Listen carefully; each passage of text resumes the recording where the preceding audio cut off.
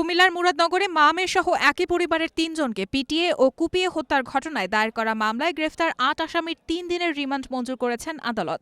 ৯ জুলাই বুধবার কুমিল্লা জেলা ও দায়রা ১১ নং আমলি আদালতের বিচারক মমিনুল হক এই আদেশ দেন। রিমান্ড মঞ্জুরকৃত আসামিরা হলেন স্থানীয় ইউপি চেয়ারম্যান শিমুল বিল্লাল ও ইউপি সদস্য বাচ্চু মিয়া, রবিউল আউয়াল, আতিকুর রহমান, বায়েজ মাস্টার, দুলাল, আকাশ, মোহাম্মদ সবির আহমেদ এবং নাজিমউদ্দিন বাবুল। তাদের সবাইকে পৃথক পৃথক অভিযানে গ্রেফতার করে আইন শৃঙ্খলা রক্ষাকারী বাহিনী। কোর্ট পুলিশের পরিদর্শক মোহাম্মদ সাদিকুর রহমান রিমান্ডের বিষয় নিশ্চিত করে জানান, গণপিটুনির মামলায় ৭ দিনের রিমান্ড চাওয়া হলে প্রত্যেক আসামির ৩ দিন করে রিমান্ড মঞ্জুর করেছে বিজ্ঞ আদালত।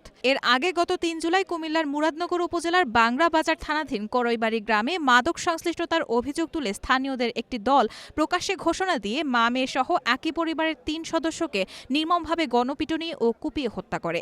নৃশংস এই হত্যাকাণ্ডের ৪ দিন পর নিহত রুবির মেয়ে রিক্তা বেগম বাদী হয়ে ইউপি চেয়ারম্যান শিমুল বিল্লাল ও ইউপি সদস্য বাচ্চু মিয়া সহ ৩৮ জনের নাম উল্লেখ করে আরও অজ্ঞাত ২৫ জনকে আসামি করে মামলা দায়ের করেন। মামলার পরপরই সেনাবাহিনী এবং র্যাব অভিযান চালিয়ে এজাহারভুক্ত ৮ জনকে গ্রেফতার করে।